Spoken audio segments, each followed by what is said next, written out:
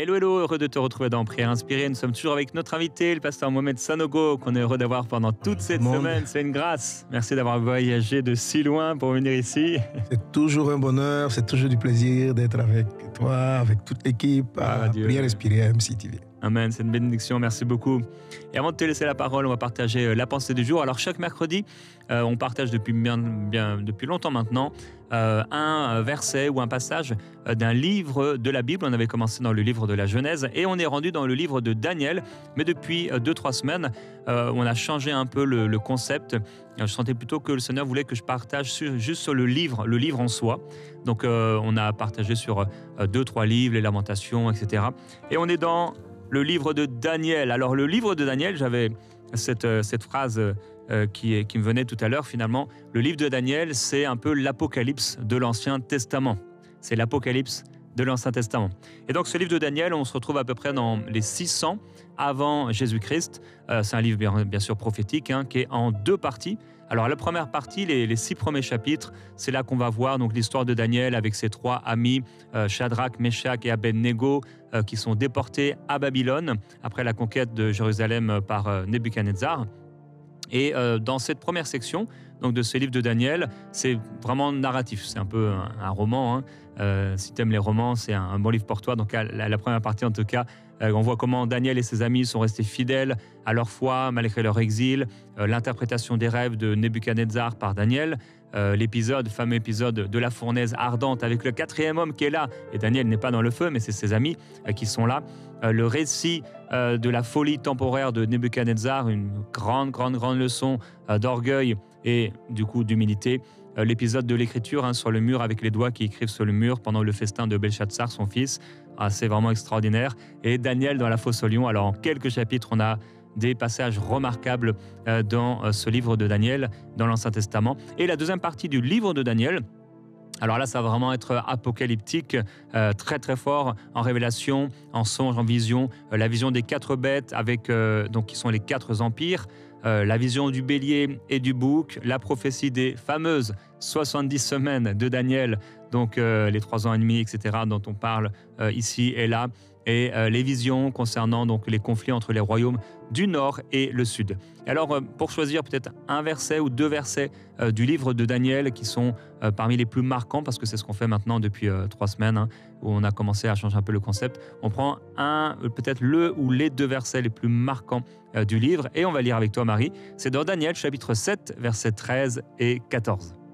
Je regardais pendant mes visions nocturnes, et voici, sur les nuées des cieux arriva quelqu'un de semblable à un fils de l'homme. Il s'avança vers l'Ancien des jours, et on le fit approcher de lui. On lui donna la domination, la gloire et le règne, et tous les peuples, les nations et les hommes de toutes langues le servirent. Sa domination est une domination éternelle qui ne passera point, et son règne ne sera jamais détruit. Waouh! Gloire à Dieu. Alors ça, c'est vraiment une prophétie considérée comme l'un des textes les plus puissants, en tout cas au niveau messianique de l'Ancien Testament, qui établit un lien avec la théologie du Nouveau Testament très fort. Alors aussi une particularité du livre de Daniel, c'est qu'il a été écrit non seulement comme dans l'Ancien Testament en hébreu, mais aussi certaines parties en araméen, ce qui est assez inhabituel pour un livre de l'Ancien Testament. Et donc, on va retrouver dans ce passage de Daniel on voit vraiment le Seigneur, la gloire du Seigneur, le Fils de l'homme. Jésus s'appellera bien sûr de lui-même le Fils de l'homme. Et ici, donc, la gloire, la domination, le règne qui va lui être donné. Alors, c'est 600 ans avant la venue du Seigneur Jésus-Christ, l'incarnation du Seigneur, et pourtant un texte toujours autant d'actualité. Alors si tu aimes l'Apocalypse, je t'encourage à pouvoir lire le livre de Daniel, ou simplement tu veux voir ce que le Seigneur est capable de faire, tu veux être encouragé dans ta foi, peut-être tu as des difficultés à marcher avec le Seigneur, peut-être tu es un peu loin de Dieu, tu voudrais te rapprocher du Seigneur, c'est aussi un livre qui est bon pour toi en voyant la fidélité, la foi, la fermeté, l'obéissance des amis de Daniel. Et je veux déclarer aussi que si tu es jeune, eh bien c'est aussi un livre pour toi. Et comme les amis de Daniel, ils étaient particulièrement certainement jeunes, eh bien que toi, alors que tu es jeune, tu puisses porter ton joug pendant ta jeunesse et servir le Seigneur de tout ton cœur. Amen, amen. Alors, inspire-toi du livre de Daniel et je t'encourage à le lire à partir d'aujourd'hui et dans les prochains jours. On va aller dans l'encouragement du jour donc avec toi et tu vas encore nous exhorter à la prière et à la foi, l'auteur de la foi. Exactement. Une fois de plus, salut à tous. Merci pour cette visite du livre de Daniel, qui était vraiment un merveilleux livre. Amen. Que le nom du Seigneur soit béni. Comme tu l'as dit tantôt, je veux parler avec toi. J'ai commencé déjà depuis quelques jours à aborder sur la prière et sur la foi. Et aujourd'hui, on va continuer dans le domaine de la foi avec la notion de Hébreux chapitre 12, verset 2, dans la version second 21. On va aller avec Marie. Faisons-le en gardant les regards sur Jésus, qui fait naître la foi et l'amène à la perfection. Amen. Quel passage puissant qui nous présente et qui nous explique comment la foi démarre et comment elle est amenée à la perfection. Alors, le thème de mon encouragement, c'est Christ, l'auteur de la foi. Christ, l'auteur de la foi. Alors, pourquoi j'en parle? Parce que ma foi chrétienne, ma vie avec le Seigneur j'ai beaucoup buté sur ce problème. Je voulais avoir une plus grande foi. Et je sais que c'est aussi l'objet de ta prière, faire grandir la foi. Et j'essayais constamment, face à des défis, de me concentrer, de faire des efforts personnels pour que ma foi soit plus grande. Je regardais souvent des défis, je dis, là, il faut que... Et quand je sens la peur, je dis, ah là, vraiment, je n'ai pas cru, etc., etc. Donc, c'était une lutte très longue et qui a beaucoup duré. Comment avoir et développer la foi? Et puis, ce passage-là, Dieu l'a utilisé vraiment pour faire prier quelque chose en moi qui explique une particularité importante dans le Nouveau Testament et qui est manquée par beaucoup de chrétiens. Ce dont je suis en train de parler avec toi ici est vrai pour la foi, est vrai pour la manifestation de l'amour, est vrai pour la manifestation de tout ce qui est caractère de Dieu. Il y a nos efforts personnels pour avoir les choses que Dieu nous demande d'avoir et ce passage nous fait comprendre que c'est pas nous qui sommes l'auteur de la foi. Ce n'est pas Mohamed Sanogo ou Jérémie qui va se faire une autoconcentration pour développer la foi, mais la foi a un fabricant. La foi dans ton cœur a un créateur, elle a un auteur. Et la Bible dit que Christ est l'auteur, il est celui qui fait naître la foi. Donc la foi doit naître et il est celui aussi qui l'amène à la perfection. Alors, je veux, par cet encouragement d'aujourd'hui, prier avec toi, parler avec toi, afin que ce phénomène de faire naître la foi et de faire grandir la foi soit constant, chronique dans ta vie, que tu puisses l'utiliser et non pas t'appuyer sur le type de foi qui va finir par l'incrédulité. Je te pose une question, si c'est déjà arrivé, peut-être à toi aussi, Jérémie. Hein? Est-ce que ça vous est déjà arrivé d'être sûr que vous avez douté et pourtant vous recevez le miracle? Ça vous est déjà arrivé d'avoir une expérience où on prie et puis on se dit que là, franchement, je ne croyais même pas. Et puis Dieu le fait. Alors la bonne nouvelle, c'est que le jour où vous avez cru que vous ne croyez pas et que ça a été fait, c'est que vous avez la foi. Ce n'était pas ta foi, mais c'était la foi de Dieu. Ce n'était pas ta foi, c'était sa foi à lui. Toi, tu n'avais pas la foi. Et lui, en toi, il avait la foi. Amen. Lui, en toi, il avait la foi. Et comment tu dois pouvoir donc utiliser cela? Alors, on va prier. Père Céleste, Dieu des cieux, j'élève la voix vers toi afin que tu nous aides à réaliser ce dont il est question, afin que nous apprenions, Seigneur Dieu, à voir naître la foi et à la voir s'augmenter, croître en nous, afin que par la foi, nous soyons capables de déplacer des montagnes, Seigneur Jésus, de déplacer les montagnes. Oh Dieu des cieux, nous voulons déplacer les montagnes, réaliser des grandes choses avec toi, être ces hommes et ces femmes de foi. Je prie pour chaque personne, je prie pour chacun d'entre nous. Merci parce que notre foi augmente dans le puissant et précieux nom de Jésus. Qu'il en soit ainsi, au nom de Jésus. Amen. Je vois la grâce de Dieu arriver à toi et le Seigneur, ton Dieu, te donner la foi dont tu as besoin maintenant, la foi de Dieu dont tu as besoin maintenant pour résoudre le challenge, le défi auquel tu as été confronté. Amen. Donc, précédemment, dans à prière inspirée, je t'avais parlé donc des 5 marches pour une foi efficace. Les 5 marches pour une foi efficace. Lorsque la Bible dit que Jésus-Christ est l'auteur de la foi, il est celui-là et qui l'amène à la perfection. Il est celui-là qui l'a fait naître et qui l'a fait passer par ces différentes étapes-là. Et il faut le laisser faire en toi. Il faut le laisser faire en toi. C'est pas une affaire de concentration personnelle. Il faut laisser Christ faire naître cette foi-là en toi. Amen. Alors, commence à lisons sur Romains chapitre 10, verset 17. Marie. Ainsi, la foi vient de ce qu'on entend, et ce qu'on entend vient de la parole de Christ. Amen. Encore une confirmation de ce que la Bible dit. La foi vient de ce qu'on entend, et ce qu'on entend vient de la parole de Christ. Dernièrement, je te parle aussi de la foi spécifique. La foi spécifique, je le rappelle, c'est la foi qui vise un but précis, qui a un objectif précis. Donc, la foi n'est pas, comme on le pense souvent, générale. Il y a une différence entre la foi pour être sauvé et la foi pour être guéri, ou la foi pour résoudre un problème spécifique. D'où cette expression de la foi spécifique. La Bible nous parle de ce miracle-là que Dieu a fait au travers de l'apôtre Pierre, où il a dit, au travers de l'apôtre Paul, pardon, où Dieu lui dit, il a vu le paralytique, il a dit, il a vu qu'il avait la foi pour être guéri. Il avait la foi pour être guéri. Donc, la foi, que ta foi soit grande pour déplacer toute forme de montagne. Amen. Alors, alléluia, comment est-ce que tu laisses Christ vivre en toi? L'apôtre Paul dit une chose qui pour moi a été révolutionnaire dans ma foi et dans ma marche avec le Seigneur. Il dit ceci, Galates chapitre 2, verset 20.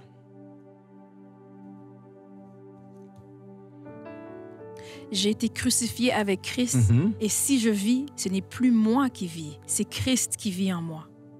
Si je vis maintenant dans la chair, je vis dans la foi au Fils de Dieu, qui m'a aimé et qui s'est livré lui-même pour moi. Wow. Si je vis, ce n'est plus moi qui vis, c'est Christ qui vit en moi. La vie, c'est tous les axes, c'est tous les axes. L'apôtre Paul est en train de dire, si j'aime, ce n'est pas moi qui aime, c'est Christ qui aime en moi. Si je prie, ce n'est pas moi qui prie, c'est Christ qui prie en moi. Si j'ai la foi, ce n'est pas moi qui ai la foi, c'est Christ qui a la foi en moi. Si je mange,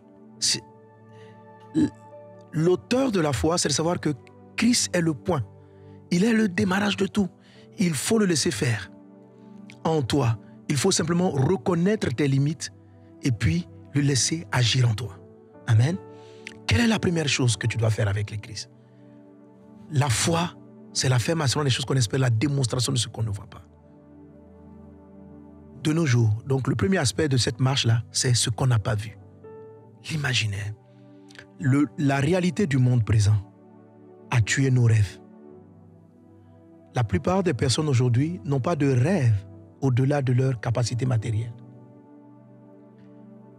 Par exemple, quelqu'un qui a un salaire de 2000 euros, ne peut même pas imaginer que Dieu puisse le rendre propriétaire d'une maison. Ne peut même pas imaginer que Dieu puisse le rendre propriétaire. J'ai même écouté quelquefois des pasteurs qui disaient, il dit, si tu vas avoir une maison, il faut forcément un crédit, il faut forcément emprunter. Pourquoi? C'est parce que c'est ce que le monde vous a donné. Les gens ne sont pas capables d'imaginer. Souvent, les gens me demandent, mais pasteur, comment à partir d'un pays africain, vous organisez des campagnes si massives dans le monde entier, etc., etc., vous faites des croisades? Parce que pour la plupart des personnes, si vous venez d'un pays pauvre, Dieu ne peut pas faire avec vous des choses plus grandes. Donc, l'exaucement de Dieu est fonction de la réalité quotidienne dans laquelle tu vis. Ça, ce n'est pas de la foi. Ce n'est pas de la foi. La foi doit aller au-delà de ce que tu vis. Ton imagination doit dépasser la réalité que tu as, les ressources dont tu disposes. Et ça, c'est Christ qui le crée en toi. Et il est l'auteur. Alors, laisse-toi aller quand tu lis la Bible. Ne ferme pas ton cœur. Laisse-le se manifester. L'apôtre Paul dit, j'ai été crucifié avec Christ. Laisse ta chair mourir à la croix. Et pour que sa vie en toi, Christ est entré dans ta vie, pour que sa vie soit manifestée. Sa vie soit manifestée. Alors, Jésus a dit, allez faire de toutes les nations des disciples. Il n'a pas dit qu'il allait envoyer simplement les pays riches aller faire de toutes les nations des disciples. Il a dit à tous ses disciples d'aller dans le monde entier. Donc, à force de lire ces passages, À force de regarder, j'ai vu que c'était possible en Christ. Que quel que soit l'endroit où on quitte sur la terre, il peut faire de nous des disciples vers toutes les nations. Laisse Jésus transformer ton imagination. Il est l'auteur. Observe sa vie. Observe comment est-ce qu'il a parcouru. Observe l'apôtre Paul. Lis ses passages. Et laisse ton imagination être bercée. Père, je prie pour chacun d'entre nous, afin que le rêve, toi qui es l'auteur de la foi, que tu fasses naître en nous la foi par le Dieu de l'impossible. Tu es le Dieu de l'impossible. Jésus a dit ceci.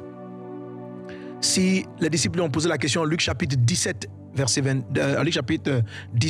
8, Jésus a dit ceci. Les apôtres dirent au Seigneur, augmente-nous la foi.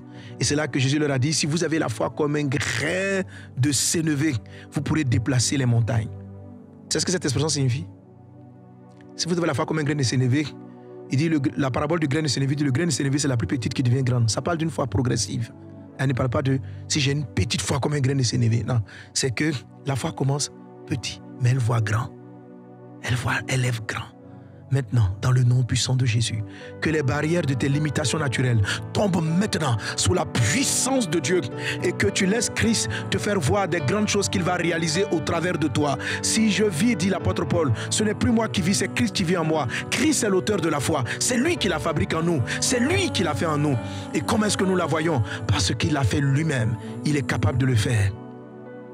Si tu te dis que c'est impossible, à cause de ta réalité, c'est que tu ne vois pas le Christ. Ayant les regards sur Jésus. Ce n'est pas toi l'auteur de la foi. Donc arrête d'avoir les regards sur toi. Si tu as les regards sur toi, Christ ne pourra pas démarrer la foi. Si tu as les regards sur ta réalité, Christ ne pourra pas démarrer la foi. Si tu as les regards sur tes moyens, Christ ne pourra pas démarrer la foi. Si tu as les regards sur tes capacités, Christ ne pourra pas démarrer la foi. Mais ayant les regards fixés sur Jésus, qui fait naître la foi. La foi, regarde-le, regarde ce qu'il fait, regarde ce qu'il est capable, regarde le Dieu qui guérit les malades, regarde le Dieu, il peut le faire au travers de toi. Laisse ta chair être crucifiée au nom de Jésus de Nazareth, au nom de Jésus de Nazareth, qu'il en soit ainsi dans le nom puissant de Jésus-Christ de Nazareth. Marc chapitre 11 verset 22 dans la version, dans la nouvelle, la NBS, tu peux le lire Marie?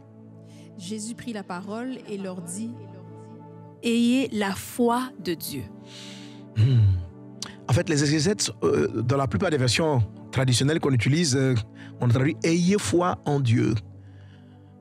Alors les exégètes, les étudiants des Écritures ont vu que, attention, le mot « foi en Dieu », peut-être que c'est le mot le plus proche, c'est « Ayez la foi de Dieu ». De toute façon, les deux sont vrais. Ok, mais ici Dieu fait ressortir la NBS fait ressortir la notion de la foi de Dieu, c'est-à-dire ce n'est pas ta foi. Ayez la foi de Dieu. Et il dit c'est avec la foi de Dieu si vous dites à cette montagne déplace-toi. Donc n'essaye pas de te concentrer par toi-même. Aie la foi de Dieu. Aie la foi de Dieu. Dieu est en toi, Christ est en toi. Laissons-le manifester la foi. Alors, quand j'ai une situation compliquée, une montagne à déplacer, ma foi ne peut pas déplacer la montagne. Je ne vais pas chercher ma foi. Je m'en vais chercher sa foi. Qu'est-ce que je dois faire? Je vais crucifier ma chair. J'ai les regards sur l'auteur de la foi. Pas sur moi. Pas sur Mohamed Sanogo, mais sur l'auteur.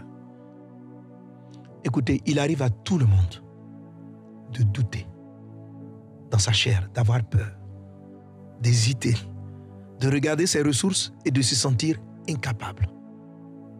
Mais il ne faut pas regarder, ayant les regards sur Jésus, pas sur soi-même. Fixe l'auteur, il est l'auteur de la foi. Garde les yeux sur lui. Lui, il peut le faire. Et prie, Seigneur, donne-moi ta foi. Donne-moi ta foi. Cette foi-là va créer en toi, s'il l'a fait, l'imagination. L'imagination. Le rêve de ce que Dieu va faire de grandes choses avec toi, des malades qu'il va guérir, des vies qu'il va transformer. Laisse-le faire au travers de toi. Tu verras là où il est capable de t'amener, d'aller. Il est dit par la suite, la foi vient de ce qu'on entend. Et ce qu'on entend vient de la parole de Christ. Il est l'auteur de la foi. Amen. Pas de tes paroles. Alors choisis d'entendre ce que lui, il dit par rapport aux situations. Tout cela afin de crucifier ta chair et de laisser la foi être manifestée. Père Céleste, Paul dit, Galates 2:20, la foi a été crucifiée avec Christ. Merci Seigneur Dieu des cieux, parce que nos yeux sont fixés sur toi et encore non pas sur nous, mais sur tes capacités et non pas sur les nôtres. Je le déclare dans le nom de Jésus-Christ de Nazareth. Seigneur, comme les apôtres ont prié, augmente-nous la foi. Augmente-nous la foi. Mais comment cette foi s'augmente? En te regardant toi, qui l'a créé, qui la développe. Et le même auteur, il est celui aussi qui va te rendre ferme. La foi, c'est la ferme assurance. Ne compte pas sur tes émotions, ils sont trop fragiles. Ne compte pas sur tes capacités intérieures. N'essaie pas de te concentrer à l'intérieur de toi-même. Elles sont trop fragiles. Tout ce que tu as à faire, dis à Dieu, je reconnais que j'ai peur.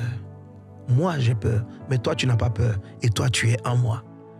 Moi, je panique, mais toi, tu ne paniques pas. Peux-tu me donner ton courage? Peux-tu manifester en moi ta fermeté? Il est elle l'auteur de la foi. Il manifestera en toi sa fermeté. Et tu vas être surpris. Il dit ceci, ceux qui se confient en l'Éternel renouvellent leur force. Ce ne sera plus ta force. L'apôtre Paul est capable de dire ceci en Philippiens, je puis tout par celui qui me fortifie. Il n'est pas sa propre force, c'est la force de Christ sur laquelle il s'appuie. Appuie-toi maintenant sur la force. Ton âme est en train d'être fragilisée. Quand tu vois ton enfant malade et la médecine est en train de te dire qu'il ne peut pas être guéri, aie la foi de Dieu. Ne cherche pas à chercher ta foi en toi. Qu'il augmente ta foi, elle regarde sur Jésus. Est-ce que Jésus peut guérir cela? Oui. Laisse ton imagination être transformée par le Christ. Est-ce qu'il peut le faire? Oui. Mais tu as peur. L'information du médecin te donne un cœur qui bat. Viens simplement devant le Seigneur. Crucifie cette faiblesse charnelle. Père, je renonce à moi-même et je déclare dans le nom de Jésus que ta foi se manifeste. Moi, l'information du docteur m'effraie. Mais je veux que ta parole prenne le dessus en moi. Merci Seigneur Dieu pour tous ceux qui en ce moment-là sont effrayés par une situation. Lorsque leur âme regarde les situations, ils manquent de fermeté intérieure, ils manquent d'assurance. Père, tu ne comptes pas sur notre assurance personnelle, mais tu comptes sur ta foi en nous et non par, Seigneur Dieu, notre foi personnelle. Je te prie maintenant que ton courage, que ta détermination soit notre partage dans le nom de Jésus de Nazareth, dans le nom de Jésus-Christ de Nazareth. Et merci Seigneur pour la démonstration. Que Dieu vous bénisse abondamment, que Dieu vous bénisse, que la grâce et la paix du Seigneur soient avec toi. Souviens-toi, Christ est celui qui fait naître la foi. Il est celui qui la mène à la perfection. Il est celui qui la fait naître. Il est celui qui l'amène à la perfection, l'auteur de la foi. Alléluia, Brenda Zakat. Renda Babrio, Renda Baba Shakatan. Leriando Roma Cerebrada Leribaka. Regards sont sur Jésus. Shemakanda ya Baba Baba. Fais naître la foi, Jésus. Nous renonçons à nous-mêmes, Seigneur, afin que toi tu prennes le dessus. Nos regards sont sur Jésus. Nous te regardons, Jésus. Nous te voyons, Jésus. Nous te voyons, Jésus. Fais naître ma foi, Nous te voyons, Jésus. Toi qui fabriques la foi en nous. Que ta foi soit manifestée. Nous te voyons, Jésus. Nos regards sont sur toi, Jésus. Toi qui fais naître la foi, Jésus. Oui, dans ce temps de prière, regarde à Jésus. Pendant ce chant, regarde à Jésus. Mes regards sont sur toi, Jésus. Le Seigneur de gloire, le Dieu de toute puissance, Mes regards sont celui sur qui peut toi, tout, fait naître en toi la foi. Oui, Tu reçois fais cette naître la foi. foi, Jésus. Oui, Jésus. Nos regards sont sur toi, Jésus. Nos regards sont sur toi, Jésus. Nos regards sont sur Mes toi. regards sont sur toi, Jésus. Donne-nous ton courage. Donne-nous ta force.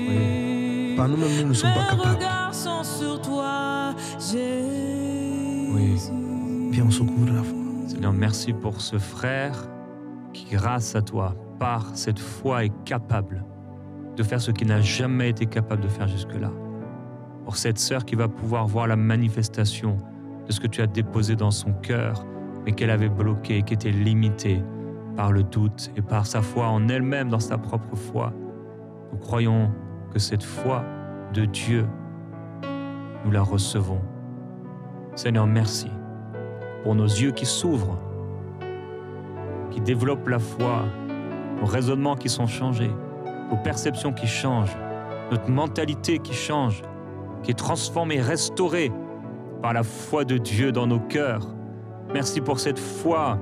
Cette foi, rien n'est impossible à celui qui croit. Seigneur, merci pour cette foi qui augmente, qui augmente, qui augmente. Comme on l'a entendu, cette foi qui progresse, cette foi qui va de l'avant, cette foi qui marche pas après pas pour vivre, obtenir des choses de plus en plus grandes aux yeux de l'homme, pour te glorifier, Seigneur. Que cette foi amène à te glorifier, que cette foi amène des fruits dans la vie de mon frère et de ma sœur, que les fruits qui sont portés te glorifient.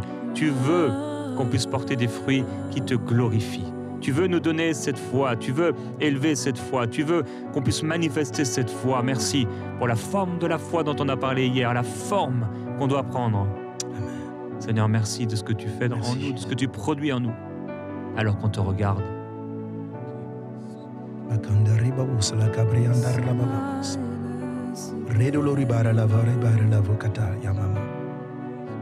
Pendant que je priais tout à l'heure, j'ai déclaré une parole par rapport à une personne qui se trouvait devant une situation de son enfant à l'hôpital.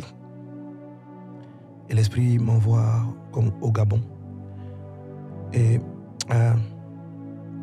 je vois les médecins qui disent qu'ils ne pourront rien faire pour l'enfant. Et tu viens d'écouter ce message. Eux, ils ne peuvent rien faire. Toi non plus, tu ne peux rien faire. Mais lui, il peut tout. Lui, il s'appelle Jésus. Laisse sa foi maintenant prendre le dessus. Parce que ce n'est pas ce qu'il a dit de l'enfant. Il va vivre.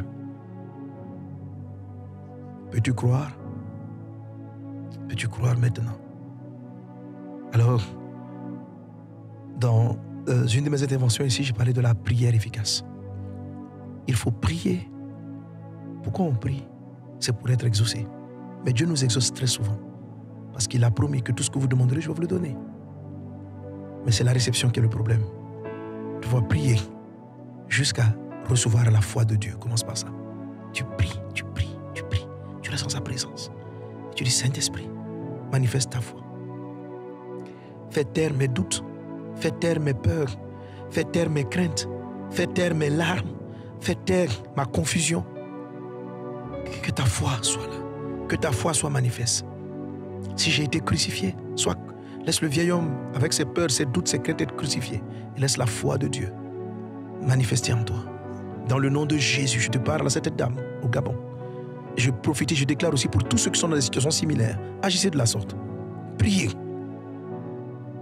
Et laissez Christ prendre le dessus. Et maintenant, sur la base de ce qu'il te dit, démontre.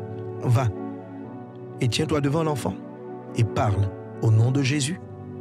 Et annonce la santé, la reconstitution de ses organes, de tout ce qui est en déficit.